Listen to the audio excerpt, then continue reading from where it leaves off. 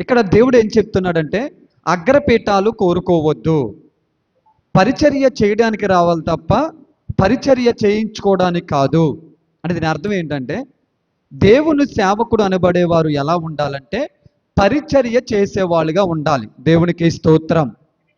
అంతే తప్ప సింహాసనాల మీద కూర్చోవడానికి కాదు అని వాక్యం సెలవిస్తూ ఉంది. దాని అర్థం ఏంటంటే సేవకుడు అనబడేవాడు సింహాసనం మీద కూర్చుని అదే కుర్చీలో కూర్చుని దర్జాగా కూర్చోవడానికి కాదు, పరిచర్య చేయడానికని వాక్యం సెలవిస్తూ ఉంది. దేవుడు అన్నాడు, నేను పరిచర్య చేయించుకోవడానికి రాలా, పరిచర్య చేయడానికి వచ్చాను. నేను అగ్రపీఠాలు కోరుకోలేదు. చాలామంది మనం కొన్ని వచనాలు చదివితే మీరు భోజన పంక్తిలో అగ్రపీఠాలు కోరుకుంటారు, మొదటి మెట్టు మొదటి సీటు కోరుకుంటారు మీరు చాలామంది. కానీ నేను అలా కాదు, నేను తగ్గించుకుని వచ్చాను, పరిచర్య చేయడానికి వచ్చానని వాక్యం సెలవిస్తూ ఉంది. ఈ రోజున పదవుల కోసం పరిగెట్టే పరిచారికులు సేవకులు అనేక మంది ఉన్నారు. ఏంటంట పదవుల కోసం పరిగెట్టే పరిచారికులు సేవకులు అనేక మంది ఉన్నారు. ఈ రోజున లోకములో ఉన్న ధనవంతుడు కానీ వ్యాపారవేత్త కానీ రాజకీయవేత్త కానీ పదవుల కోసం పరిగెట్టాడంటే అది వారికి తగినది. సేవకుడు అంటే సంఘానికి సమాజానికి మాదిరి. ఇలాంటి సేవకుడు పదవుల కోసం పరిగెడుతున్నాడంటే అతను పరిచర్య చేయుటకు తగిన వ్యక్తి కాదని అర్థం. దేవునికి స్తోత్రం. ఏంటంట పదవుల కోసం పరిగెట్టే పరిచారకుడు పరిచర్యకు పనిచేయుడు, సేవకు పనిచేయుడు. ఈ రోజున మనం గమనించగలిగితే ఈ పదవుల కోసము ఈ అగ్రపీఠాలు కోరుకునే కొంతమంది సేవకులు తోటి సేవకులతో విభేదాలు పెట్టుకుంటున్నారు, గొడవలు పెట్టుకుంటున్నారు. సహోదరులు ఐక్యత అన్న మాటని, సహోదరులు ఐక్యత కలిగి ఉండడం అనే వాక్యాన్ని మంట కలిపేస్తూ ఉన్నారు. దేవుడు అంటున్నాడు, నేను పరిచర్య చేయించుకోవడానికి రాలేదు, అగ్రపీఠాలు కోరుకోవడానికి రాలేదు, నేను పరిచర్య చేయడానికి వచ్చాను అంటున్నాడు ఆయన. ఈరోజు పదవులు కోరుకునే పరిచారకులు సేవకులు ఎక్కువైపోయారు. సేవక స్థానం అంటే అది అమూల్యమైన స్థానం. ఆ స్థానం విలువ పోగొట్టేస్తున్నారు కొంతమంది పదవుల కోసం పరిగెట్టే పరిచారకులు సేవకులు. అటువంటి వారికి సేవ చేసే అర్హత లేదు. దేవుని చేత అసహించుకుపడుతున్నారు వాళ్ళు. దేవుడు అసహించుకుంటున్నాడు అలాంటి వారిని. పదవుల కోసం పరిగెడుతున్నారు, అగ్రపీఠాల కోసం పరిగెడుతున్నారు. రాజకీయవేత్తల సేవకుల రాజకీయవేత్తల్లా తయారయ్యారు. దేవుడు అంటున్నాడు, నేను పరిచర్య చేయడానికి వచ్చాను, చేయించుకోవడానికి కాదు, అగ్రపీఠాల మీద కూర్చోవడానికి కాదు, జనుల కోసం మరణించడానికి వచ్చాను. నేను మరణము పాలవుతున్న మనుషుల్ని దేవుని సంఘంలో చేర్చాలంటే పరిచర్య చేయాలి. కానీ చాలామంది అగ్రపీఠాల మీద కూర్చోవడానికి ఇష్టపడుతున్నారు, అధ్యక్షులుగా కూర్చోవడానికి ఇష్టపడుతూ ఉన్నారు. అలాంటి వారు సేవ చేయడానికి అర్హత కోల్పోయారు. సేవకుడు అని చెప్పుకుంటున్నారేమో కానీ వాళ్ళ దేవుని దృష్టిలో సేవకులుగా లేరు. వాళ్ళ పరిచర్య చేయాలి. సేవకుడు అంటే అధ్యక్ష పదవులో అగ్రపీఠాలు కోరుకోకూడదు, పదవుల కోసం పరిగెట్టకూడదు. పరిచారకుడు పదవుల కోసం ఎంపర్లాడకూడదు, అగ్రపీఠాలు కోరుకోకూడదు. సంఘానికి సమాజానికి మాదిరి సేవకుని స్థానం అంటే అటువంటి స్థానంలో ఉండి ఆ స్థానం విలువ తీసేస్తున్నారు.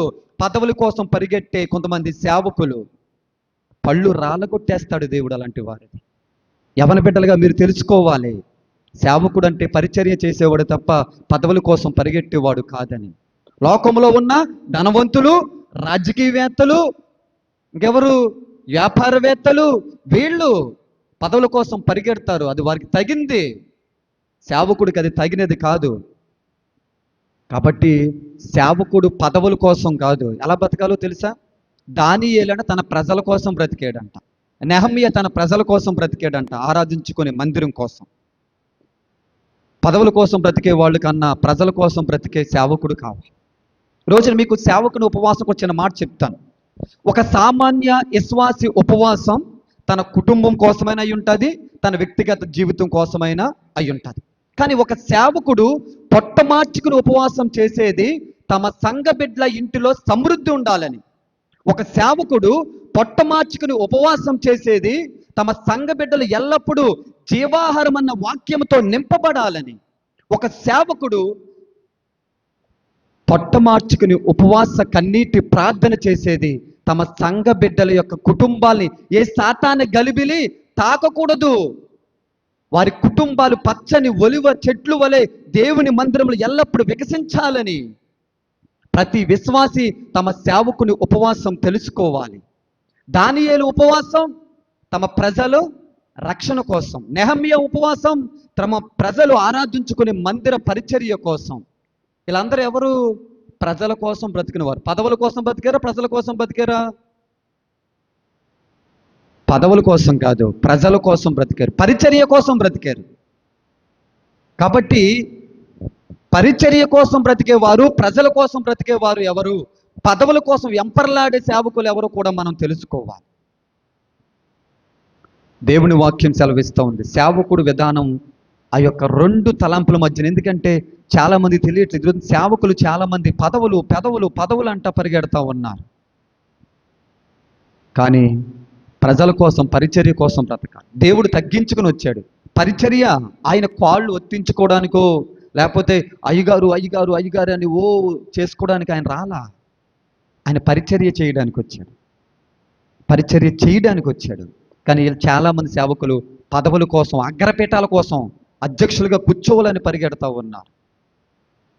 పదవుల కోసం పరిగెట్టే సేవకులతో కలిసి పనిచేసే సేవకులను కూడా దేవుడు అసహించుకుంటున్నాడు. వారు తెలుసుకోవాలి, మన పదవుల కోసం పరిగెట్టేవారు కాదు, పరిచర్య చేసేవాళ్ళమని. అది వాళ్ళ సేవకు మంచిది అది.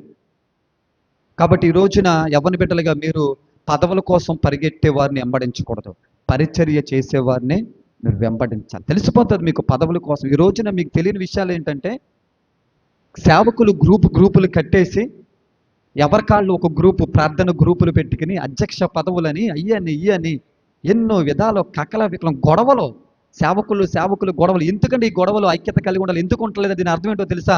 పదవి కాంక్ష. ఏంటంట? పదవి కాంక్ష ఎవరికి ఉండాలి? రాజకీయవేత్తకు ఉండాలి, ధనవంతుడికి ఉండాలి, వ్యాపారవేత్తకు ఉండాలి. సేవకుడికి పదవి కాంక్ష ఏంటి? సేవకుడికి పదవి కాంక్ష ఏంటి అసలు? ఈ పదవి కాంక్ష వల్లే, ఈ పదవి వ్యామోహం లోపల ఉండడం వల్లే సేవకుల మధ్యన గొడవలు ఏర్పడతా ఉన్నాయి. ఇవాళ సహోదరుల ఐక్యత అన్న వాక్యాన్ని మంట కలిపేశారు కొంతమంది సేవకులు పదవి కాంక్ష వల్ల. పదవులు కోరుకుంటున్నారు. పదవులు కోరుకునే ప్రతి సేవకుడికి చెప్పే మాట ఏంటంటే, మీ సోదరుడిగా మిమ్మల్ని దేవుడు అసహించుకుంటున్నాడు అనే విషయం గుర్తుంచుకోవాలి. యవ్వన బిడ్డలుగా మీరు కూడా తెలుసుకోవాలి, అటువంటి వారిని మనము వెంబడించకూడదని. ముఖ్యంగా అప్పుడు మీకు ఇవాళ చెప్పాలనుకున్నది ఏంటంటే దశమ భాగ విషయం గురించి చెప్పాలనుకున్నా. ఇప్పుడు మనం ఇందాక కానుక పెట్టు కోసం చదువుకున్నాం కదా, అదేవిధంగా ఒకసారి మీరు సంఖ్యాకాండం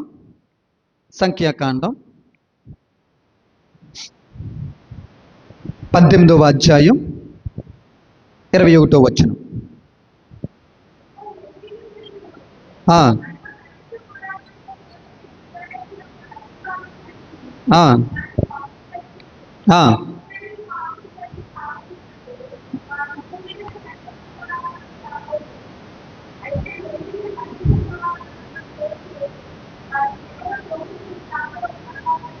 చాలమ్మా. ఇక్కడ చూడండి, ఈరోజున మీకు దశమ భాగం కోసం చిన్న ఎవరిని కూడా చెప్తా. ఏంటంటే దశమ భాగం ఇవ్వాలా ఇవ్వకూడదా, ఇస్తే ఎవరికి ఇవ్వాలి, ఇవన్నీ కూడా మీరు రాసుకొని చక్కగాను ఇవి కూడా మన ప్రశ్నోత్తరాల్లో ఉంటాయి. విషయం ఏంటంటే దశమ భాగం ఈ రోజున కొంతమంది సేవకులు దశమ భాగం అనే విషయం పాత నిబంధనకు సంబంధించింది కాబట్టి అది కొత్త నిబంధనకు వర్తించదు, కాబట్టి దశమ భాగం ఇవ్వాల్సిన అవసరం లేదని కొంతమంది ప్రబుద్ధులు, జ్ఞానులుగా ఫీల్ అయ్యే వాళ్ళు బోధిస్తున్నారు. అర్థమైందా మీకు? బోధిస్తూ ఉన్నాం. సరే, పాత నిబంధనలో అసలు దశమ భాగం అన్న పదము, ఆ యొక్క విధానం అసలు ఎందుకు వచ్చిందని మనం ఆలోచిస్తే, ఇశ్రాయేల్లో 12 మంది గోత్రాలు ఉన్నారు, 12 గోత్రాల వారు ఉన్నారు. దాంట్లో 11 గోత్రాల వారికి దేవుడు స్వాస్థ్యాలు ఇచ్చాడు. మన భాషలో చెప్పాలంటే ఆస్తులు ఇచ్చాడు అనుకుందాం. ఓకే, ఒక గోత్రానికి మాత్రం స్వాస్థ్యం ఇవ్వాల, ఆస్తులేమీ ఇవ్వలేదు. ఆ గోత్రం పేరే లేవి గోత్రం. ఈ లేవి గోత్రం వాళ్ళు ఏం చేయాలంటే ప్రత్యక్ష గుడారం దగ్గర ఉండి ఆ మందిరాన్ని కాస్తూ ప్రజలకి దేవుని చిత్తాన్ని తెలియజేసే విధంగా వాళ్ళు మందిరములోనే, దేవుని మందిరములోనే వాళ్ళు కాలం గడపాలి, పని చేయాలి. మిగతా వారు 11 మందికి దేవుడు స్వాస్థ్యాలు ఇచ్చాడు. వారు ఉద్యోగాలు చేసుకుంటారు, వ్యాపారాలు చేసుకుంటారు, పనులు చేసుకుంటారు. కానీ ఈ లేవీలు మాత్రం ఏమీ చేయకుండా దేవుని పనిని మాత్రమే చేస్తూ, ఇశ్రాయేలు మిగతా గోత్రములు ఉన్న వారందరూ కూడా పాపము పరిహారం పొందేలాగా దేవుని మందిరములు వీళ్ళు ఆ మందిరాన్ని కాస్తూ అక్కడ పని చేస్తూ ఉంటారు. ఈ లేవీలు కూడా బ్రతకాలి కదా, మరి వీళ్ళు మనుషులే కదా. దేవుడు ఏం చేశాడంటే అన్యాయస్తుడు కాదు, న్యాయవంతుడు. ఆయన ఏం చేశాడంటే ఈ 11 మందికి స్వాస్థ్యాలు ఇచ్చాడు కదా, ఈ 11 మంది రాబడిలోంచి 10వ భాగము అనగా 10వ భాగము ఈ 11 మంది గోత్రాల వాళ్ళు ఏం చేయాలంటే ఈ లేవి గోత్రం వారికి ఇవ్వాలి. వారు వచ్చే ఈ 10వ భాగాల ద్వారా పరిచర్య చేస్తూ పోషించబడాలి. ఇది దేవుడు పెట్టిన న్యాయం. ఎందుకంటే వీళ్ళు నా పని చేస్తున్నారు కాబట్టి నేను వారిని పోషించాలి. నేను మిగతా వారికి స్వాస్థ్యాలు ఇచ్చాను కాబట్టి వారి రాబడిలోంచి వీళ్ళకి నేను వీళ్ళు పోషిస్తాను, పరిచర్య జరిగిస్తాను. ఇది న్యాయవంతుడి యొక్క న్యాయం, కరెక్ట్. కొత్త నిబంధన వచ్చేటప్పటికి క్రీస్తేసు వారు తన రక్తము చేత సంఘాన్ని ఏర్పాటు చేశాడు. సంఘాన్ని ఏర్పాటు చేసి ఆ సంఘానికి కాపరులు పెట్టాడు. ఏం పెట్టాడు? ఎవరిని పెట్టాడు? కాపరులు పెట్టాడు. ఈ కాపరులు ఏం చేయాలంటే ఆ గుడారములోనే, ఆ సంఘములోనే, ఆ మందిరములోనే, ఆ మందసము దగ్గరే ఉండి జనులకు జీవాహారమైన వాక్యాన్ని బోధిస్తూ, సంఘమై ఉన్న బిడ్డలకు కూడా బోధిస్తూ అనేకులు దేవుని సంఘములు చేర్చే పని చెయ్యాలి వాళ్ళు. ఇంకా ఏ పని కూడా చేయడానికి కాకుండా దేవుని పని చేయాలి సంఘ కాపరులు. ఇప్పుడు ఆనాడు లేవీ లాంటి వారు కాదా ఈనాటి కాపరులు? లేవీలు ఏ పని చేశారో ప్రత్యక్ష గుడారం దగ్గర, మందసం దగ్గర ఉంటూ ఇప్పుడున్న కాపర్లు కూడా అదే చేస్తా ఉన్నారు. ఏం చేస్తున్నారు? జనులకు దేవుని వాక్యాన్ని బోధిస్తా ఉన్నారు. ఇప్పుడు మిగతా 11 గోత్రముల వారు ఎటువంటి వారో మిగతా క్రైస్తవులమైన మిగతా వారు కూడా అటువంటి వారే. పనులు చేసుకుంటున్నారు, వ్యాపారాలు చేసుకుంటారు, ఉద్యోగాలు చేసుకుంటారు. ఆ రోజు లేవీలు అవి ఏమి చేసేవారు కాదు, దేవుని పని చేసేవారు. ఈ రోజున క్రైస్తవులు చాలా మంది ఉద్యోగాలు, వ్యాపారాలు అవన్నీ చేసుకోవాలి, కానీ కాపరిగా ఉండేవారు దేవుని పని చెయ్యాలి, మందసం దగ్గర దేవుని పని చేయాలి. మరి ఆ రోజున 11 మంది గోత్రములు వారి రాబడిలోంచి 10వ భాగం ద్వారా దేవుడు లేవీల్ని పోషిస్తే, మరి ఈరోజు కాపర్లు కూడా ఎవరు పోషించాలి? దేవుడే పోషించాలి. మరి దానికి కూడా ఒక మార్గం ఏర్పాటు చేయాలి కదా. ఆ మార్గం ఏమిటంటే సంఘమై ఉన్న మిగతా వారు వారి రాబడిలో నుంచి దేవుని సేవకుడికి ఇవ్వాలి. ఎలా పోషించబడతారు మరి వాళ్ళు? పరిచర్య ఎలా చేస్తారు? ఆనాడు లేవీ లాంటి వారు కదా ఈనాటి కాపరులు. వాళ్ళకో న్యాయం, ఎవరికో న్యాయం ఉంటుందా? ఈ రోజున 10వ భాగం వద్దని, కానుకలు వద్దని బోధించే కొంతమంది ప్రబుద్ధులు ఎందుకు బోధిస్తున్నారో తెలుసా? అలాగా మీకు చెప్పమంటారా? వాళ్ళకి వ్యాపారాలు ఉన్నాయి, వాళ్ళకి ఉద్యోగాలు ఉన్నాయి, వాళ్ళకి కాలేజీలు పెట్టుకుని ఫీజులు వస్తాయి వాళ్ళకి. కొంతమంది వడ్డీ వ్యాపారాలు చేసేవాళ్ళు ఉన్నారు.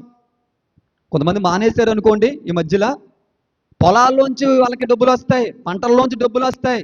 అంటే అనేక మార్గాల్లోంచి వారికి డబ్బులు వస్తున్నాయి కాబట్టి వాళ్ళు ఏమంటున్నారంటే 10వ భాగం పాతకాలం, పాత నిబంధన లాంటిది, ఈ కాలం ఎవరికి ఇవ్వాల్సిన అవసరం లేదు, ఏది ఇవ్వాల్సిన అవసరం లేదు అంటున్నారు. మరి కాపరి దేవుని సంఘం మీదే ఆధారపడి, దేవుని పని మీదే ఆధారపడి, మందసం దగ్గరే ఉండే పనిచేసే పనివాడి పోషణ ఎలాగా, పరిచర్య ఎలాగా? వీళ్ళేమన్నదే ఇప్పుడు మనం ఏమనుకోవాలి చెప్పమంటారా? వీళ్ళకలాగా వ్యాపారాలు చేయాలా, వాళ్ళు వీళ్ళకలాగా ఉద్యోగాలు చేయాలా, వీళ్ళకలాగా కాలేజీ పెట్టుకుని ఫీజులు సంపాదించాలా, వీళ్ళకలాగా వడ్డీ వ్యాపారాలు చేయాలా, లేకపోతే వీళ్ళకలాగా పొలాలు పాడి పంటలు పండించుకుంటూ బ్రతకాలి దేవుని పని మానేసి? ఇలా దేవుని పని మీద ఆధారపడి బ్రతుకున్నారు. ఆనాడు లేవీలు ఎలాగైతే బ్రతికారో ఈరోజు కాపర్లు, సంఘ కాపర్లు కూడా అలాగే దేవుని పని ద్వారా మందసం దగ్గర పడి జీవిస్తున్నారు. వాళ్ళు పోషించవలసిన బాధ్యత దేవునిది. ఆ న్యాయవంతుడు ఏం చేస్తున్నాడంటే క్రైస్తవ సంఘం ఇచ్చే రాబడి ద్వారా వాళ్ళు పోషించబడతా ఉంటారు. నిజమైన సేవ చేసే సేవకులు తప్పనిసరిగా దేవుడు అలా పోషిస్తూ ఉంటాడు. పాత నిబంధనలో 10వ భాగమే ఇచ్చారు, కొత్త నిబంధనలో ఎలా ఉందో తెలుసా? సరైన విశ్వాసులు ఎలా ఉంటారో తెలుసా? వాళ్ళ మాటలు వీళ్ళ మాటలు వినరు. అపోస్తుల కార్యంలో తమ స్థిర ఆస్తుల్ని అమ్మేసి దేవుని పరిచర్య చేయమని అపోస్తుల పాదాల మీద పోసేశారంట. 10వ భాగం కాదు, మొత్తం ఇచ్చేశారు వాళ్ళు. ఇందాక మనం చదువునట్టుగా పేద విధవరాలు తన దగ్గర ఉన్న మొత్తం ఇచ్చేసిందంట. చూడండి, ఇదంతా ఎంతటి విశ్వాసం అంటే, ఈరోజు ఉన్న చాలామంది దశమ భాగం లేదు లేదు కానుకలు లేవంటుగా మాట్లాడుతున్నారు తప్ప, మనం ఎంత ఇచ్చినా, నువ్వు దశమభాగం ఇస్తావో మానేస్తావో అది మన ఇష్టం తప్ప, నువ్వు ఎంత ఇచ్చినా ప్రేమగా ఇవ్వాలి, కృతజ్ఞతతో కలిపి ఇవ్వాలి, దేవుని పరిచర్యకి ఇవ్వాలి. ఈరోజు దశమ భాగం వద్దు, అది పాత నిబంధన అని ప్రముఖులు చాలామంది ప్రబుద్ధులు కబుర్లు చెప్తున్నారు. వీళ్ళకి 4 మార్గాల నుంచి డబ్బులు వస్తాయి వీళ్ళకి, అందుకు వద్దంటారు వీళ్ళు. అదే కాకుండా దేవుని పని మీదే పడి బతకమని చెప్పండి, అప్పుడు ఎలా పోషించబడతారు వీళ్ళు? కాబట్టి దేవుడు అన్యాయస్తుడు కాదు, దేవుడు అన్యాయస్తుడు కాదు. మీకు ఒక మాట చెప్తాను చక్కగా, మీకు ఇంకా బాగా అర్థమవుతుంది. ఒక రైతు ఒక పొలంలో పని చేస్తున్నాడు. ఏ పని చేస్తున్నాడంటే పంట పండిస్తున్నాడు. జనులందరికీ ఆహారం పెట్టాలని పంట పండిస్తూ ఉన్నాడు. ఒక కుటుంబం ఉంది, ఆ పొలంలో దిగి పని చేయలేదు. కానీ ఆ కుటుంబం అనుకుంది, అయ్యో జనులందరికీ ఆహారం పెట్టడం కోసం ఆ వ్యక్తి పొలంలో పడి పని చేస్తున్నాడు, మనం ఎలాగో ఆ పొలంలో దిగి మనం పని చేయలేం, మన కుటుంబం కోసం మనమే పని చేసుకుంటున్నాం, కాబట్టి ఆ పొలంలో పడి పనిచేసే వ్యక్తికి తాగడానికి నీళ్లు, తినడానికి ఆహారం పట్టుకెళ్దామని వీళ్ళు నీళ్లు ఆహారం రెడీ చేసుకుని ఆ పొలం దగ్గరికి వెళ్ళి ఆ పొలంలో పనిచేసే వ్యక్తితో, అయ్యా మేము పొలంలో దిగి పని చేయలేం మాకున్న పనులు బట్టి, నువ్వు జనులందరికీ ఆహారం పెట్టడం కోసం ఈ పొలంలో దిగి పని చేస్తున్నావు, అందుకు మా వంతుగా నువ్వు తాగడానికి నీళ్లు తినడానికి ఆహారం పట్టుకొచ్చాం, తీసుకోవయ్యా అన్నారు. అప్పుడు ఆ పొలంలో పనిచేసే వ్యక్తి ఏం చేశాడంటే, అమ్మా నేను జనులందరి కోసం వాళ్ళందరికీ ఆహారం పెట్టాలని ఈ పొలంలో దిగి పని చేస్తున్నాను, మీరు ఈ పొలంలో దిగి పని చేయకపోయినా పని చేసే నా కోసం తాగడానికి నీళ్లు తెచ్చారు, తినడానికి ఆహారం తెచ్చారు, నేను పడే ఈ కష్టానికి ఒక రోజున ఫలితం వస్తుంది కదా, ఆ ఫలితంలో మీకు కూడా పాలి భాగం ఉంటుంది. దేవునికి స్తోత్రం. ఏమన్నాడు? నేను ఈ పొలములో పడి పని చేస్తున్నాను కదా జనులకు ఆహారం పెట్టడానికి, ఒక రోజు ఈ కష్టానికి ఫలితం వస్తుంది, ప్రతిఫలం వస్తుంది, ఆ ప్రతిఫలములో నన్ను పోషించిన మీకు కూడా పాలి భాగం ఉంటుంది అన్నాడు. అంటే దేవుని సంఘం అనే పొలములో మానవాళికి జీవాహారమైన వాక్యము పెట్టాలని పనిచేస్తున్న సేవకునికి ఒక విశ్వాసి కుటుంబము సహకారిగా ఉంటే, దేవుని సంఘం అనే పొలములో పనిచేస్తున్న సేవకుడికి దేవుడు ఒక రోజున ప్రతిఫలం ఇస్తాడు, ఫలం ఇస్తాడు. ఆ ఫలం ఇచ్చినప్పుడు ఏ విశ్వాసి కుటుంబం అయితే ఆ సేవకునికి సహకారిగా ఉన్నారో వారికి కూడా ఆ ఫలములో పాలి భాగం ఉంటుంది. దేవునికి స్తోత్రం. నీ సేవకుడికి నువ్వు సహకారిగా ఉండు, ప్రతిఫలం వచ్చే రోజున దాంట్లో నీకు పాలి భాగం ఉంటుంది, నీ కుటుంబానికి పాలి భాగం ఉంటుంది. వాడు వీడు చెప్పే మాటల వల్ల మీరు సహకారులుగా ఉండడం మానవద్దు. మీరు ఇవ్వండి, సేవకు ఇవ్వండి. సేవకు మీరు ఇవ్వడం మొదలుపెట్టి మీరు సహకారిగా ఉన్నప్పుడు ఆ పొలంలో పడి పని చేస్తున్న వాడికి కష్టానికి దేవుడు కూడా ప్రతిఫలం ఇచ్చినప్పుడు మీ కుటుంబానికి కూడా దేవుడు ప్రతిఫలం దయచేస్తాడు. దేవుడు చెప్తున్న మాట ఏంటంటే ప్రతి విశ్వాసి కుటుంబము దేవునికి సహకారిగా ఉండే సేవకునికి సహకారిగా ఉండాలని మాట్లాడుతున్నాడు. పొలంలో దిగి పని చేసేవాడికి ఆ కష్టం తెలుస్తుంది, గొట్టు మీద కూర్చున్న వాడికి ఏం తెలుస్తుంది, 4 మార్గాల నుంచి డబ్బు వచ్చేవాడికి ఏం తెలుస్తుంది? అని అంటాడు, దశమ భాగాలు వద్దు, కానుకలు వద్దు అంటాడు. వాడు పొలంలో దిగి పని చేసే పనివాడు కాదాడు, గొట్టు మీద కూర్చున్నాడు వాడు. అలాంటి గొట్టు మీద కూర్చున్న అక్షర బోధకుల మాట విని పొలములో పనిచేసే సేవకునికి సహకారిగా ఉండడం మానొద్దు. సహకారిగా ఉండండి, మీరు ప్రతిఫలం పొందుకుంటారు ఒక రోజున. ఆ రైతుకి తాగడానికి నీళ్ళు ఇచ్చాడు, తినడానికి అన్నం పెట్టారు. ఆ రైతు ఏమన్నాడు? ఈ కష్టానికి ఫలితం వచ్చే ఒక రోజున మీకు కూడా పాలి భాగం ఉంటుంది అన్నాడు. దేవుని సంఘములో ఆ పొలములో పనిచేస్తున్న సేవకుడు, ఆత్మల రక్షణ పంట పండిస్తున్న సేవకుడు పడే కష్టానికి దేవుడు ఒక రోజున ఆ సేవకుడికి ప్రతిఫలం ఇస్తాడు, ఫలం ఇస్తాడు. దాంట్లో తోడుగా ఉన్న ప్రతి విశ్వాసి కూడా పాలుభాగం ఉంటుంది. దేవునికి స్తోత్రం. అక్షర బోధకుల మాట విని మీ సేవకునికి సహకారిగా ఉండడం మీరు మానొద్దు. ఫలాన్ని కోల్పోతారు, ఫలములో భాగం కోల్పోతారు. మీరు పొలములో పనిచేసే వాడికి సహకారిగా ఉండండి. అది మీకు, మీ కుటుంబాలకు కూడా మంచిది, ఆశీర్వాదం. అది దేవుడు రెండవ రాకడలో వచ్చినప్పుడు మీరు ఆ ఆశీర్వాదాన్ని, దీవెనను మీరు చూడబోతా ఉంటారు. మనం చేయలేం, చేస్తున్న వారికి తోడుగా ఉంటే అద్భుతం వేరు. ఒక సైనికుడు బార్డర్లో ఉండి యుద్ధం చేస్తున్నాడు. మనం బార్డర్లో ఉండే యుద్ధము చేయలేం. అతను యుద్ధం చేస్తూ ఉన్నాడు. యుద్ధము చేయగా చేయగా చేయగా అలసిపోయాడు. చుట్టూ ఎక్కడ తాగడానికి వాటర్ లేదు, దాహం వేస్తుంది. ఆ సమయంలో ఒక వ్యక్తి పట్టుకెళ్ళి, అన్నా వాటర్ తాగన్నా అని ఇచ్చాడు. ఇచ్చిన తర్వాత యుద్ధము వాటర్ తాగాడు, మళ్ళా సైన్యంలో దిగాడు, యుద్ధము గెలిచాడు. ఇప్పుడు యుద్ధం ఎవరు చేశారు? సైనికుడే చేశాడు.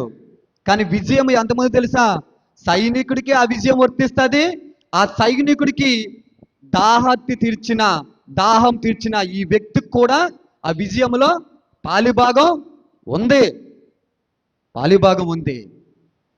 కాబట్టి మనం గట్టు మీద కూర్చుని అక్షర బోధ చేసే అజ్ఞానుల మాటలు విని సేవకునికి తోడుగా ఉండడం మానొద్దని సెలవుగా మేము మనవి చేస్తూ ఉన్నాం. ఒకటే మాట చెప్తున్నాం, పొలములో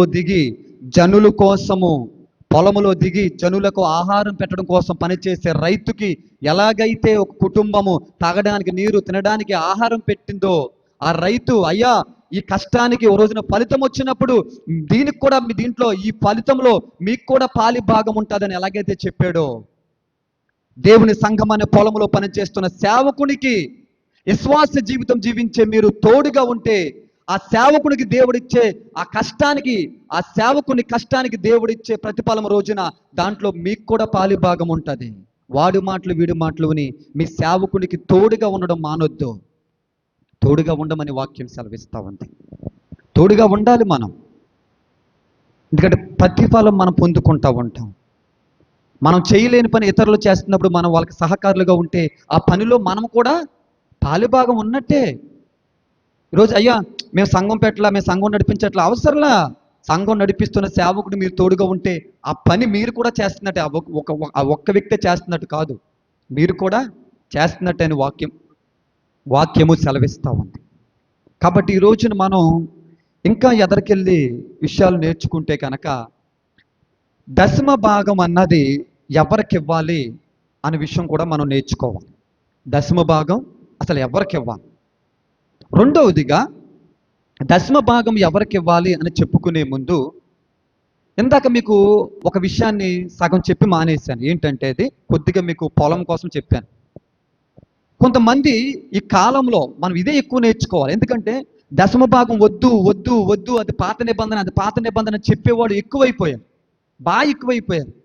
మీరు గమనించాలి, యవనస్తులు ఎలా గమనించాలంటే, అసలు ఈ వద్దనే వాళ్ళు ఎవరు అని గమనించాలి. మీరు ఈ వద్దనే వాళ్ళు ఎవరు అని మీరు గమనిస్తే, పోనీ ఈ వద్దనే వాళ్ళు పని చేస్తున్నారా, దేవుని సేవకులు నిజంగా పాస్టర్లైన వీళ్ళు అని గమనిస్తే, సరే మీరు పాస్టర్లు అనుకోండి, పాస్టర్లు అయితే మరి ఎలా పోషించబడుతున్నారని మీరు తెలుసుకోవాలి కదా. వీళ్ళ దశమ భాగాలు వద్దన్నారు, కానుకలు వద్దన్నారు, ఏమి వద్దన్నారు వీళ్ళు, మరి వీళ్ళు ఎలా పోషించబడుతున్నారు వద్దన్న వాళ్ళని మీరు గమనించాలి కదా. ఇంతకీ దశమ భాగం వద్దు, పాత నిబంధన అని చెప్పే ఈ ప్రబుద్ధులు, ఈ ప్రముఖులు, ఈ అజ్ఞానులు, వీళ్ళందరికీ మనము తెలియజేయవలసిన విషయం ఏంటంటే, సేవకుడు తన మందను కాస్తా ఉంటాడు. తన మందను కాచే కాపరి తన మంద దగ్గర కానుక కోసం మాట్లాడుతుంటే వీళ్ళకి బాధ వచ్చేస్తుంది. వీళ్ళు ఘోరమైన పాపం అంటున్నారు, దాన్ని తప్పు అంటున్నారు. వీళ్ళు ఏం చేస్తారో తెలుసా మీకు? యూట్యూబ్ ఛానల్ పెట్టి ఆ యూట్యూబ్ ఛానల్ డిస్ప్లే మీద ఫోన్పేలు, గూగుల్ పేలు, క్యూఆర్ కోడ్లు ఇవన్నీ వేసి తమ మంద కాదు, తమ విశ్వాసులు కాదు, ఊరిలో ఉన్న వాళ్ళందరినీ అడుక్కుంటారు. తెలుసా మీకు ఏం చేస్తారంట? ఇంతకీ మందను కాచే కాపరి తన మంద దగ్గర కానుక కోసం మాట్లాడితే వీళ్ళు తప్పు అంటారు. వీళ్ళేమో తమ మందని కాకుండా ఊళ్ళో ఉన్న వారందరినీ కూడా ఈ ఫోన్ పేల ద్వారా, ఈ గూగుల్ పే ద్వారా, ఈ క్యూఆర్ కోడ్ల ద్వారా డబ్బులు అడుక్కుంటారు. అది తప్పు కాదంటే వీళ్ళకి కాలేజీలు ఉంటాయి, కాలేజీల నుంచి ఫీజులు వస్తాయి, పొలాలు ఉంటాయి, వ్యాపారాలు ఉంటాయి. ఇవన్నీ 4 మార్గాల్లోంచి వీళ్ళకి డబ్బులు వచ్చి పడతా ఉంటాయి. మందను కాచే కాపరి ఆ మంద మీద ఆధారపడి కానుక కోసం మాట్లాడితే పెద్ద ఘోరమైన తప్పిదంగా మాట్లాడతారు ఈ ఫోన్ పేలు, గూగుల్ పేలు పెట్టే ప్రబుద్ధులు. ఇప్పుడు సూట్లు, కోట్లు, బూట్లు, కారులో తిరిగే వాడికి మనం దశమ భాగాలు ఇవ్వాల్సిన అవసరం లేదు. దేవుని మంద మీద ఆధారపడి ఖచ్చితంగా పరిచర్య చేసే సేవకుడికి మనము ప్రతి కానుక అన్నది ఇవ్వాలి. ఈ రోజున మీరు చూడండి, గ్రామాల్లో, పల్లెల్లో, పట్టణాల్లో చాలా మంది సేవకులు తమ మందనే, తమ విశ్వాసుల్నే, తమ కాచే సంఘాన్ని డబ్బులు అడగటానికి భయపడుతూ అడుగుతున్నారు. వీళ్ళకి ఫోన్ పేలు తెలియదు పాపం, గూగుల్ పేలు తెలియదు పాపం, యూట్యూబ్ ఛానల్ తెలియదు. ఒకవేళ యూట్యూబ్ ఛానల్ ఉన్నా దాని మీద ఫోన్ పేలు, గూగుల్ పేలు పెట్టరేళ్ళు. కేవలం తమ మందనే ఆధారపడే బ్రతుకుతారు వీళ్ళు. కానీ ఈ దశమ భాగం వద్దని చెప్పే ప్రబుద్ధులు, ఈ ప్రముఖులు వ్యాపారాలు చేస్తారు, ఉద్యోగాలు చేస్తారు, కాలేజీలు పెట్టి ఫీజులను సంపాదిస్తారు, ఫోన్ పేలు, గూగుల్ పేల ద్వారా సంపాదిస్తారు. వీళ్ళు చెప్తారు మళ్ళీ ఏమని, దశమ భాగాలు అడిగేస్తున్నారు వాళ్ళు, అది పాత నిబంధన, అవసరం లేదని. వీళ్ళకి 4 మార్గాల నుంచి డబ్బులు వస్తున్నాయి. కానీ సేవ మీద ఆధారపడేవాడు తమ మంద దగ్గర నుంచి తీసుకుని పోషించబడుతూ దేవుని పరిచర్యను, క్రీస్తు సువార్తను నలుగురికి చాటిస్తూ ఉన్నాడు. కాబట్టి మీరు తెలుసుకోవాలి, దశమ భాగం వద్దు, కానుక వద్దని చెప్పేవాడు ఎవడు, అసలు వాడి పరిస్థితి ఏంటి, వాడికి ఎన్ని మార్గాల నుంచి డబ్బులు వస్తున్నాయి. వాడికి 4-5 మార్గాల నుంచి డబ్బులు వస్తాయి వాడికి, అందుకాడు వద్దంటాడు. అదే ఒక మార్గంలో డబ్బులు వస్తుంది వాడికి, 2 మార్గాల డబ్బులు వస్తాయి, వ్యాపారాలు ఉంటాయి, ఉద్యోగాలు ఉంటాయి. అయితే వ్యాపారమో అది ఉద్యోగమో, అది పొలాల నుంచి డబ్బులు వస్తాయి, పాడి పంటల నుంచి డబ్బులు వస్తాయి. కాలేజీలు పెట్టుకుని ఫీజు దండాయించేస్తారు. ఏ కాలేజీలు, బైబిల్ కాలేజీలు పెట్టేసుకుని ఫీజుల్లోంచి బతికేస్తారు వాళ్ళకి అవసరం లేదు మరి కానుకలు. కానీ సంఘం మీద ఆధారపడే సేవకుడికి ఎక్కడి నుంచి వస్తుంది? మందే తనను పోషించాలి. కాబట్టి అక్షర బోధకుల్ని మనం నమ్మకూడదు. ఈ అక్షర బోధకులు ఏం చెప్తారంటే దశమ భాగాలు, కానుకలు వద్దని ప్రకటిస్తూ ఉంటారు. వీళ్ళకి మాత్రం ఫోన్ పేలు, గూగుల్ పేలు పెట్టి మాత్రం ప్రతి ఒక్కరిని అడుక్కోవచ్చు. అటువంటి వారిని మనం పక్కకు పెట్టాలి, దూరంగా పెట్టాలి సంఘానికి మనం. అంతే తప్ప ఎట్టి పరిస్థితుల్లో మనం ఆలోచించాలి, బైబిల్లో మనం ఆలోచించాలి. ఆ రోజు లేవీలు సంఘం మీదే బతికేరు, ఈరోజు కాపర్లు కూడా అంతే కదా. లేవీలు పని చేయలేదు, వీళ్ళు పని చేయలేదు. పని చేసేవారికి మనం ఇవ్వాల్సిన అవసరం లేదు. మరి ఎవరికి ఇవ్వాలి దశమ భాగాలు అంటే? ఈరోజు చాలామంది దశమ భాగాలు ఎవరికి ఇవ్వాలో తెలియదు. దశమ భాగాలు ఎవరికి ఇవ్వాలంటే కోట్లు వేసుకుని, సూట్లు వేసుకుని, బూట్లు వేసుకుని, బెంజ్ కారులోను, BMW కారులో తిరిగే లగ్జరీ సేవకులకి ఇవ్వాల్సిన అవసరం లేదు. కారులో తిరిగే కోటీశ్వర్లైన సేవకులకు ఇవ్వాల్సిన అవసరం లేదు. నీ కుటుంబం కోసం కన్నీరు కార్చే స్థానిక సంఘ కాపరికి ఇస్తే చాలు. దేవునికి స్తోత్రం. కానీ చాలా మంది అజ్ఞాన విశ్వాసులు ఈ కారులో తిరిగే కోటీశ్వర్లైన సేవకులకి దశమ భాగాలు పంపిస్తున్నారు. బుద్ధి లేని వాళ్ళు. కన్నీరు కార్చే స్థానిక సంఘంలో ఇస్తే చాలు, కోటీశ్వర్లకు ఇవ్వాల్సిన అవసరం లేదు. కిరణ్ బాబు అమ్మా, కోటీశ్వర్లకు ఇవ్వాల్సిన అవసరం లేదు. లగ్జరీ కారులో, సూట్లు బూట్లు కారులో తిరిగే సేవకులుగా చలామణి అవుతున్న వారికి దశమ భాగాలు ఇవ్వాల్సిన అవసరం లేదు. మీ స్థానిక సంఘంలో ఇస్తే చాలు. కానుకైనా, దశమ భాగమైనా, మీ మొత్తం ఏదైనా అది మీ ఇష్ట ప్రకారమే. అంతే తప్ప కష్టంగా ఏదే ఒకటి ఎంత ఇచ్చినా ఎలా ఇవ్వాలి? ఇష్టంగానే ఇవ్వాలని వాక్యము సెలవిస్తూ ఉంది. మనం ఒకసారి పూర్తిగా చెప్పుకున్నాం, ఒకసారి ఇప్పుడో చెప్పుకున్నాం. ఎలాగని కొత్త నిబంధన విశ్వాసులు, అపోస్తుల్లో తమ ఆస్తులు మొత్తం ఇచ్చేశారు, యదవరాలు మొత్తం ఇచ్చేసింది. కాబట్టి మనం దశమ భాగం ఇవ్వగలదుమా? ఇంకా కొద్దిగానే ఇవ్వగలదుమా? సగం ఇవ్వగలదుమా? మొత్తం ఇవ్వగలదుమా? ఎంత స్తోమత ఉంటే అంత మనం ఎలా ఇవ్వాలంటే మనస్ఫూర్తిగా, హృదయపూర్వకంగా ఇవ్వాలి. కొంతమంది విశ్వాసులకి ఈ దశమ భాగాలు ఇవ్వద్దన్న సేవకులు అంటే ఎంత ప్రేమో! ఎందుకంటే నిజమైన ప్రేమ కాదు, దొంగ ప్రేమ. ఎలా దొంగ ప్రేమ అంటే వీళ్ళు దశమ భాగము కానుక ఇచ్చే డబ్బులు కూడా మింగేద్దామని ఏదైనా చిన్న దాన్ని ఏమంటారు, దాన్ని సాకు దొరికితే చాలు అనుకుని చూసుకున్నప్పుడు వద్దని చెప్పే సేవకులు ఎప్పుడైతే కనిపించారో, అదిగో వాళ్ళు వద్దంటున్నారు అన్న సాకు పట్టుకుని ఆ దేవుడికి ఇచ్చే సొమ్మును కూడా వీళ్ళే పొట్టలో మింగేస్తారు. పాత నిబంధనలో దశమ భాగం వద్దని చెప్పారని చెప్పి మాట్లాడుతూ ఉంటారు. ఇలాంటి విశ్వాసులు అపోస్తుల కార్యములో తమ స్థిర ఆస్తులు పట్టుకొచ్చి అపోస్తుల పాదాల దగ్గర పోచేసిన ఆ విశ్వాసులు కాలు గోటుకు కూడా సరిపోరేళ్ళు. తనకున్న మొత్తం ఇచ్చేసిన పేద విధవరాలి కాలు చెప్పు కూడా సరిపోరు. అంటే దొంగ విశ్వాసులు, సాకులు చెప్పి దేవుని సొమ్ముని మింగేసే విశ్వాసులు. వీళ్ళు దశమ భాగాలు ఇవ్వద్దనే సేవకుల మీద ఎంత ప్రేమ వలకపోస్తారో. నిజమైన ప్రేమ కాదు, వాళ్ళు వద్దని చెప్పారు కదా, ఆ సాకుతో ఈ డబ్బును కూడా మనమే మింగేయచ్చు అన్న దొంగలు సాకులతో దేవుని సొమ్మును కూడా మింగేస్తా ఉన్నారు. దేవుడికి ఇచ్చేది మనం దేవుడికి ఇచ్చేయాలి. పరిచర్యలు మనం కూడా పాలిభాగం అవ్వాలి. ఈ రోజున మీకు సింపుల్గా అర్థమవుతుంది, ప్రసాదన్న మీరు ఏం చెప్తున్నారు అంటే ఏమీ లేదు. సింపుల్. నేను ఏం చెప్తున్నానంటే బార్డర్లోకి వెళ్ళి మనం సైన్యంలో కూర్చుని యుద్ధం చేయలేం. మనం చేస్తున్న వరకు మనం ఏమి ఇస్తున్నాం? జీతం ఇస్తున్నాం. మనం అందరం ఇస్తున్నామా లేదా?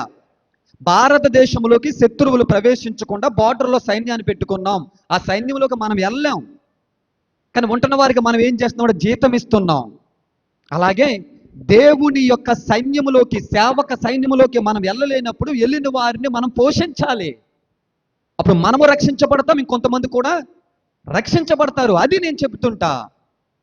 వాడి మాటలు వీడి మాటలు విని సేవకునికి సహకారిగా ఉండడం మానొద్దు. దశమ భాగాలు కానుకలు ఇవ్వడం మానొద్దు. మీరు తోడుగా ఉండండి సేవకునికి. ఆ రక్షణ కార్యంలో మీకు కూడా పాలిభాగం ఉంది. ప్రతిఫలం వచ్చేటప్పుడు సేవకుడికి ఏ ఆశీర్వాదం పొందుకుంటాడు, దాంట్లో సగభాగం మీకు కూడా ఇస్తాడు దేవుడు. నువ్వు సేవ చేయలేదు అండు, సేవ చేసే నా సేవకుడికి నువ్వు తోడుగా ఉన్నావు, నీకు కూడా ప్రతిఫలం ఇస్తానంటాడు దేవుడు. ఈ అక్షర బోధకులు మాట విని మీరు తోడుగా ఉండడం మానొద్దు. అలాగని చెప్పేసి కోట్లు సూట్లు కార్లు తిరిగే వారికి ఇవ్వద్దు. స్థానిక సంఘ కాపరికి ఇవ్వండి చాలు. అదే వాక్యం సెలవిస్తోంది. ఈ రోజున ఇంతకు మేము చదువుకున్నాం, పేద విధవరాలు ఏం చేసిందంట? మొత్తం ఇచ్చేసిందంట. ఆనాడు 11 గోత్రం వాళ్ళు తమ రాబడిలో కొంత మట్టికి పట్టుకొచ్చారంట. ఈ రోజున మీకు ఇంకోటి చెప్పేసి ముగించేస్తాను. ఏంటంటే కొంతమంది అక్షర బోధకులే కాదు ఆత్మ బోధకులు కూడా. చూడండి, అక్షర బోధకులే కాదు, ఆత్మ సంబంధమైన బోధ చేసేవారు కూడా యూట్యూబ్ ఛానల్లో వారి యొక్క డిస్ప్లేల మీద ఫోన్పేలు గూగుల్ పేలు పెట్టి మాకు కానుకలు ఇవ్వండి, మాకు కానుకలు పంపండి అంటున్నారు వాళ్ళు. ఒక మాట నేను చెప్తాను, తండ్రి బిడ్డల్ని డబ్బులు అడగడం తప్పేమి కాదు, వారికి ఉన్న అనుబంధం. ఏ తండ్రి అయినా తన బిడ్డనే డబ్బులు అడగాలి, అంతే కదా? అలాగే ఏ ఆత్మీయ తండ్రి అయినా తన సంఘమును మాత్రమే కానుకల గురించి మాట్లాడుకోవాలి. అతని విశ్వాసులు, అతను ఆత్మీయ తండ్రి, వాళ్ళ మంద కలిసి ఆ సంఘాన్ని అభివృద్ధి పరుచుకోవాలి. కానీ కొంతమంది ఏం చేస్తున్నారంటే అక్షర బోధకులు, ఎలాగో మనం వారికి చెప్పలేం, వాళ్ళు బోధించడం తప్ప బోధ ప్రకారం జీవించడం వారికి చేత కాదు. దశమ భాగం వద్దంటారు, ఫోన్పేలో మాత్రం మొత్తం ఊర్లో అందరూ డబ్బులు అడుగుతారు. కానీ ఇక్కడ ఆత్మ సంబంధమైన బోధకులు కూడా కొంతమందిలో ఈ తప్పు కనిపిస్తూ ఉంది. ఈ రోజున ఏంటి, మన మంద దగ్గర వాళ్ళు డబ్బులు తీసేసుకుంటున్నారు, వాళ్ళ మంద దగ్గర వాళ్ళు డబ్బులు తీసేసుకుంటున్నారు. ఈ రోజున ఈ ఆత్మ సంబంధమైన వారైనా అక్షర బోధకులైనా ఎవరైనా సరే యూట్యూబ్ ఛానల్లో ఫోన్పేలు గూగుల్ పేలు పెట్టి మీరందరూ మాకు కానుకలు పంపమంటే, ఈ రోజున మీకు వాక్యం చెప్తే నేను వచ్చాను. ఇప్పుడు మీకు పాస్టర్ గారు ఉన్నారు, మీకు సంఘం ఉంది, మీకు పాస్టర్ గారు ఉన్నారు. ఇప్పుడు నాకు ఒక యూట్యూబ్ ఛానల్ ఉంది, దాని మీద నేను ఫోన్పే గూగుల్ పే పెట్టి మీ డబ్బులు నాకు పంపండి అన్నారు అనుకోండి, మీకు ఆత్మీయ తండ్రి లేడా? ఉన్నారు కదా, మీకు సంఘం ఉంది కదా. అంటే మీరేం చేయాలి? మీ ఆత్మీయ తండ్రికి మీ సంఘ విస్తరణకు డబ్బులు మానేసి మీరేం చేయాలి? ఇప్పుడు వాక్యం చెప్తే కొంచెం నాకు మీరు డబ్బులు పంపేయాలి. మా మంద దగ్గర డబ్బులు నేనే లాగేస్తాను, మీ డబ్బులు కూడా నేనే లాగేస్తాను, మీ డబ్బులు నేను తినేస్తాను, మా మంద దగ్గర డబ్బులు నేను తినేసి గుండ్రం బంతిలాగా బలిసిపోతాను. మీ ఆత్మీయ తండ్రి ఏమవ్వాలి? బక్క చిక్కుపోవాలి. ఈరోజు అలాగే జరుగుతుంది. ఈరోజు అలాగే జరుగుతుంది. యూట్యూబ్లో ఫోన్పేలు, గూగుల్ పేలు పెట్టుకుని, క్యూఆర్ కోడ్లు పెట్టుకుని కొంతమంది అయ్యగారులు ఏం చేస్తున్నారంటే, అక్షర బోధకులు వదిలేండి, ఇంకా వాళ్ళకి చెప్పినా వేస్టే. ఆత్మ సంబంధమైన కొంతమంది మాకు కానుకలు పంపండి అంటున్నారు. వాళ్ళు నోరంట అనక్కపోయినా ఆ గూగుల్ పేలు, ఫోన్పేలు ఎందుకు పెడుతున్నారు? వెయ్యమనే పెడుతున్నారు వాళ్ళు. ఇప్పుడు మీకు ఇల్లుంది, మీకు తండ్రి ఉన్నాడు, మీరేం చేయాలి? మీ తండ్రి మీరు కలిసి మీ ఇంటిని మీరు చక్కదిద్దుకోవాలి. కానీ వీళ్ళు ఏమన్నారంటే, మీ ఇంటిని చక్కదిద్దుకోవద్దు, ఆ డబ్బులు మాకు ఇచ్చేయండి, మా విశ్వాసాలు కూడా మాకు ఇస్తారు, మేము మా ఇంటిని అభివృద్ధి పరుచుకుంటామన్నారు. మీ ఇల్లు ఏమవ్వాలి చెప్పనా? అలాగే ఉండిపోవాలి మీ ఇల్లు. ఎందుకయ్యా మిగతా వాళ్ళు మీరు డబ్బులు ఎందుకు అడుగుతున్నారు? అసలు ఎందుకు ఇవ్వాలి మేము మీకు? మీరు ఎందుకు ఫోన్పేలు, గూగుల్ పేలు పెట్టుకుంటున్నారని అడిగామనుకో, వాళ్ళు సేవ విస్తరణ కోసం అండి. సేవ విస్తరణ కోసం అయితే నీ మందని అడుగు. ఆ ఫోన్పేలు, గూగుల్ పేలు తీసేయి, అడుక్కోవడం మానేయాలి. తీసేసి నీ మంద దగ్గర నువ్వు నీ మంద కలిసి ఏం చేయాలి? మీ సంఘాన్ని సేవను విస్తరపరుచుకోవాలి. కానీ వాళ్ళు ఏమంటున్నారంటే, మీ సేవ ఏమైపోయినా పర్లా, మీ ఆత్మీయ తండ్రికి ఇవ్వకపోయినా పర్లేదు అన్నట్టు వాళ్ళకు అడుగుతా ఉన్నారు. ఈరోజు మనం జాగ్రత్తగా ఉండాలి. ఏ గూగుల్ పేకి, ఏ ఫోన్పేకి, ఏ క్యూఆర్ కోడ్లకి మనం డబ్బులు ఇవ్వాల్సిన అవసరం లేదు. ఏ విశ్వాస అయినా తన యొక్క స్థానిక సంఘములోనే తన కానుక మొత్తం ఇవ్వాలి. అది దశమ భాగమైనా, కానుక అయినా, ఏదైనా సరే తన స్థానిక సంఘములోనే ఇవ్వాలి తప్ప ఏ యూట్యూబ్ ఛానల్, ఏ టీవీ డిస్ప్లేల మీద కనిపించే ఫోన్పేకి, గూగుల్ పేలకి, క్యూఆర్ కోడ్లకి డబ్బులు ఇవ్వాల్సిన అవసరం లేదు. మీకు సంఘాలు ఉంటాయి, మీకు ఆత్మీయ తండ్రి ఉంటాడు, మీరు చేయవలసిన పరిచర్య కూడా ఉంటుంది. ఆ పరిచర్యకు ధనం అవసరం. కానీ వీళ్ళు ఏం చేస్తారంటే, కొంతమంది ఆత్మ సంబంధమైన బోధకులు ఉన్నారు. వాళ్ళు ఇంకా మీకు విషయం చేస్తున్నా, జపనీయ శాస్త్రి గారిని ఒక బోధకుడు ఉన్నారు, ఆత్మ సంబంధమైన బోధ అయ్యగారు. నిజంగా ఆయన ఎవరిని డబ్బులు అడగడం, ఈ క్యూఆర్ కోడ్లు, ఈ ఫోన్పేలు ఏమి కూడా ఆయన వేయడు.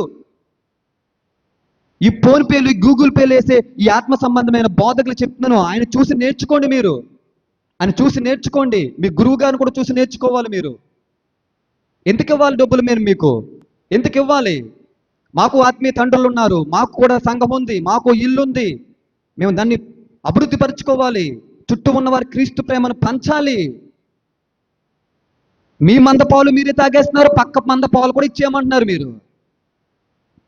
మీరు స్వయంగా అడగపోయినా మీ గూగుల్ పేలకి, ఫోన్పేలకి అర్థం అదే. అక్షర బోధకులు చేస్తున్నారు, వదిలేయండి. ఆత్మ బోధకులు మీరు చేస్తున్నారు, మీ గౌరవాన్ని పోగొట్టేసుకుంటున్నారు. మీరంటే గౌరవం మాకు, కానీ గౌరవాన్ని పోగొట్టేసుకుంటున్నారు కొంతమంది. దేవుని సంఘమై ఉన్న మీ అందరికీ చెప్తున్నాను, ఏ గూగుల్ పేలకి, ఏ ఫోన్పేలకి, ఏ క్యూఆర్ కోడ్లకి మీరు డబ్బులు ఇవ్వాల్సిన అవసరం లేదు. మీ స్థానిక సంఘంలోనే ఇవ్వాలి. మీరు మీ స్థానిక సంఘాల్లోనే ఇవ్వాలి. ఎవరికి కూడా ఇవ్వాల్సిన అవసరం లేదు. అలా ఫోన్పేలు, గూగుల్ పేలు వేసి వాళ్ళందరూ కూడా దేవుని సొమ్మును దొంగిలించాలనుకుంటున్నారు. లేకపోతే వాళ్ళు పరిచర్యకు అభివృద్ధి పరుచుకుంటే స్వార్థం. మిగతా పరిచర్యలు ఏమైపోతాయి? స్థానిక సంఘ కాపరి ఏమైపోతాడు? బక్క చిక్కుపోవాలా? ఈ రోజున ఇంకో విషయం చెప్తాను. కానుకల పేరట, క్యూఆర్ కోడ్ల పేరట, ఫోన్పేలు, గూగుల్ పేరట, సంఘాలు కట్టే పేరట కూడా ఎంతో దాన్ని ఏమంటారు, మోసం జరుగుతుంది.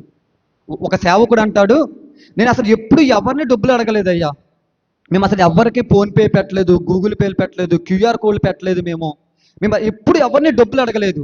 కానీ ఇప్పుడు మేము తప్పక అడుగుతున్నాం. ఏమనుకోవద్దు, సంఘం కడుతున్నాం, ఆ సంఘం ఆగిపోతుంది, కాబట్టి మీరు డబ్బులు ఇవ్వాలి, ఏమి అనుకోవద్దు అంటున్నాడు. ఇప్పుడు నేను సంఘం కట్టాలి, డబ్బులు ఎవరిని అడగాలి? నేను రక్షించిన ఆత్మలు ఉంటాయి కదా, ఆ ఆత్మలు నేను కలిసి సంఘం కట్టాలి. అంతే తప్ప ఊళ్ళో జనాలని అడిగడానికి నేను ఎక్కడిని? అలా ఊళ్ళో జనాలను అడగడానికి నేను ఎవరిని? ఊళ్ళో జనాలు నేను ఎందుకు అడగాలి?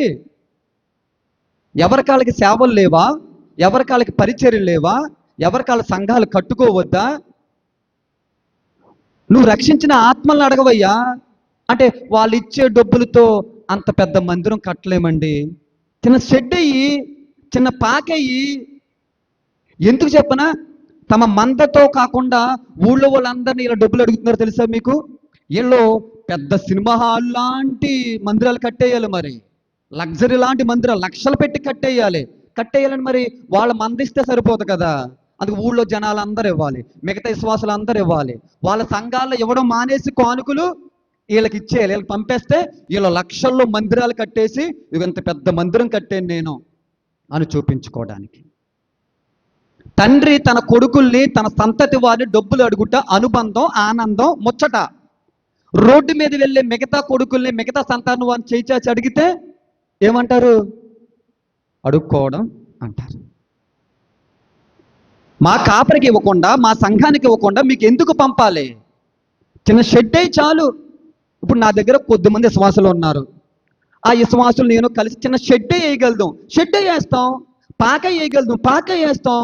డబ్బులు వచ్చినప్పుడే బిల్డింగ్ కడతాం. ఇప్పుడు బిల్డింగ్ కట్టేయాలంటే ఊళ్ళో వాళ్ళందరినీ అడుక్కోవాలి. క్యూఆర్ కోడ్లు, ఫోన్పేలు పెట్టి మేము తప్పకుండా ఎప్పుడు అడగలేదండి, ఇప్పుడే అడుగుతున్నాం, మాకు ఇవ్వండి అని అడగాలి. మీరేం చేయాలంటే మీ కాపరికిని, మీ సంఘానికి ఇవ్వడం మానేసి వీడికి మొత్తం వేసేస్తే వీడు పెద్ద బిల్డింగ్ లేపేస్తాడు. ఈ రోజున మందిరం కట్టడం అంటే చాలా మందికి భారీ భారీ బిల్డింగ్లు కట్టడం అనుకుంటున్నారు. వాక్యం లేదు వీళ్ళ దగ్గర. సేవకులుగా మేము చాలామంది అవుతున్నాం అనుకుంటున్నారు. అడగండి, ఎవరిని అడగొద్దు మీరు.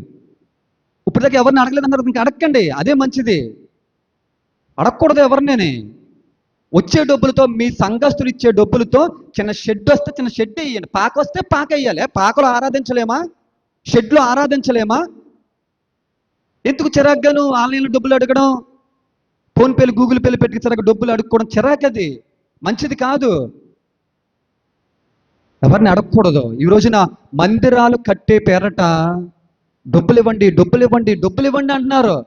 లక్షల్లో మందిరాలు కట్టడానికి, పెద్ద భారీ భారీ బిల్డింగ్లు కట్టేయడానికి.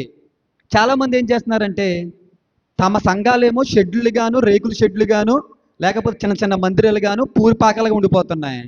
ఈ డబ్బులు అడిగే వాళ్ళు మాత్రం బిల్డింగ్లు కట్టేస్తున్నారు. న్యాయమా ఇది? న్యాయం కాదు ఇది. నేను చెప్పేది ఏంటంటే మీరు ఎవరికి డబ్బులు ఇవ్వాల్సిన అవసరం లేదు. మీరు ఎక్కడ ఉన్నారో ఆ మందిరంలోనే మీరు ఏది ఇచ్చినా, దశమభాగం ఇచ్చినా, కానుక ఇచ్చినా, ఏది ఇచ్చినా అక్కడే ఇవ్వాలి. ఇంకా ఎవరికి ఇవ్వాల్సిన అవసరం లేదు. ఎవరైనా మందిరం కట్టాలి అనుకుంటే మీ విశ్వాసాల ద్వారా కట్టుకోండి. మీరు షెడ్ వస్తే షెడ్ వేసుకోండి. ఎవరు బిల్డింగుల మీద ఎవరేమన్నారు? లక్షలు పెట్టి బిల్డింగ్లు ఎవరు కట్టమన్నారు? వీళ్ళని ఎవరిని అడగలేదండి ఇప్పుడు దాకాను. ఇప్పుడు తప్పక అడుగుతున్నా, ఏమి అనుకోవద్దు. అంటే అంటే ఇది ఒక వెరైటీ. ఏమి అనుకోవద్దు, ఇవ్వండి. ఏమి అనుకోవద్దు, ఇవ్వండి. చిరాగ్గా ఉంటుంది ఇది. కాబట్టి దయచేసి మీరు అందరూ అర్థం చేసుకోండి. దశమ భాగము, ఇవన్నీ కానుకలు, ఇవన్నీ ఏంటంటే ఇష్టపూర్వకంగా ఇచ్చేయి. నేను చెప్పే ఫైనల్ మాట ఏంటంటే, ఇంతకీ ఇప్పుడు దాకా చెప్పింది అంతా ఏంటంటే సింపుల్గా ఒక మాట ఇంకా అయిపోయింది. 8-10 అయిపోయింది. సింపుల్గా ఒక మాట ఏంటంటే, మీరు ఎవ్వరికి ఇవ్వద్దు, ఎక్కడికి ఇవ్వద్దు.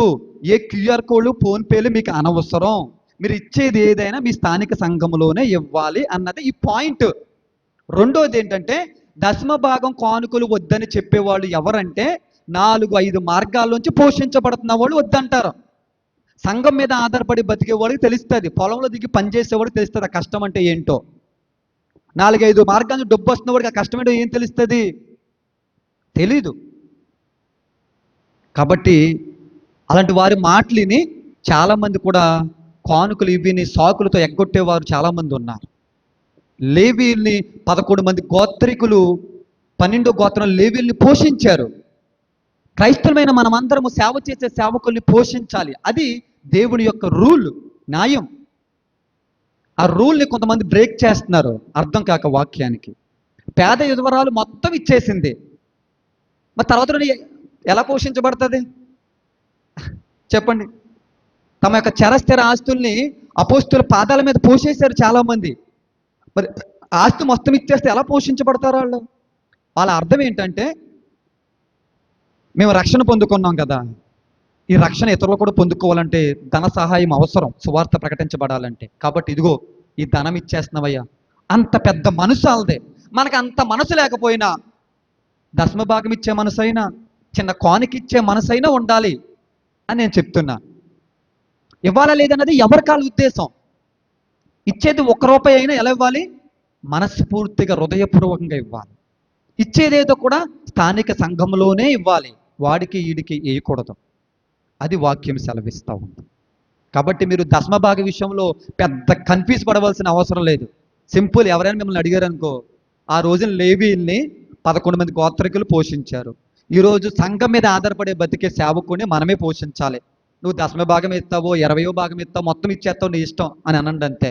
మరి కొంతమంది వద్దంటున్నారు, పాత నిబంధన అంటున్నారంటే, ఆ వద్దనే వాళ్ళు ఎవరంటే ఫోన్పేలు గూగుల్ పేలు పెట్టుకుని డబ్బులు దండుకునేవారు, వ్యాపారాలు చేసేవాళ్ళు, కాలేజీలు పెట్టుకుని ఫీజులు తెచ్చుకున్నవారు, ఉద్యోగాలు చేస్తున్న వాళ్ళు. అలాంటి మార్గం నుంచి డబ్బులు వస్తున్నాయి కదా, వాళ్ళు వద్దంటున్నారు. మంద మీద పడే బతకమని చెప్పండి, అప్పుడు తెలుస్తుంది వాళ్ళకి అని చెప్పండి. రెండోది ఏంటంటే, ఇచ్చే కానుకలు కారులో తిరిగే వాడికి, సూట్లు వేసుకునే వాడికి ఇవ్వద్దు. సరైన సేవకుడికి, స్థానిక సంఘ కాపరికి ఇవ్వండి. ఇది ఇలాంటి విషయాలు మీరు తేటగా, పెద్ద మర్మాలు అవసరం లేదు, సింపుల్గా తెలుసుకోండి అంతే. సైన్యంలో మనం చేరలేం, సైనికుడు మనం అండగా ఉండాలి. సేవకుడి స్థాయికి మనం రాలేం, సేవకుడి స్థాయి ఉన్న వారికి మనం అండగా ఉండాలి.